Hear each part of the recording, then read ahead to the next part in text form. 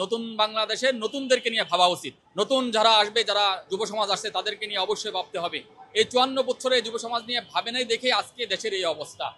আজকে এই 24 সালে এসে আমাদেরকে 1400 লোকের প্রাণহানি হয়েছে এবং প্রায় 50,000-এর বেশি মানুষের এই আহত হইতে হয়েছে। আজকে আজকে আজকে হাসপাতালে ওরা কাতরাচ্ছে।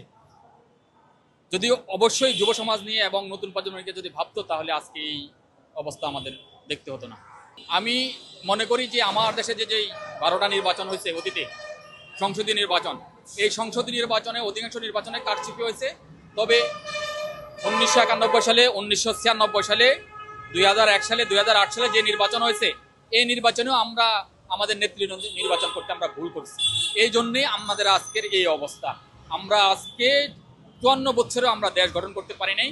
আমাদের দেশে আজকে কোনো না কোনোভাবেই দেশে আমরা এখনো গণতান্ত্রিক পরিবেশ তৈরি করতে পারি নাই।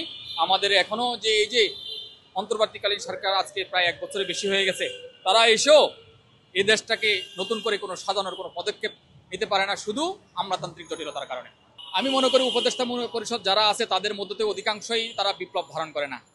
তারা বিপ্লব যদি ধারণ করতো, তারা বিপ্লবের আগে তাদের কোনো সেরকম স্ট্যাটাস ছিল না। ডক্টর ইউনূস খুদে নিজেই কি আসলে বিপ্লব ধারণ করেনি, এটা নিয়ে আমারও মতভেদ আছে।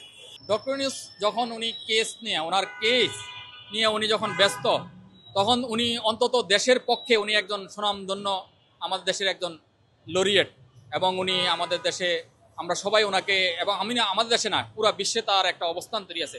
সে বিপ্লব নিয়ে ওনার একটা উক্তি তো ছিল না, ছিল। আমরা কেন ডক্টর ইউনূসকে আমরা এই অন্তর্বর্তী সরকারে প্রদান করা হয়েছে? আমরা দেখলাম যে আমাদের আর কোনো উপায় নাই।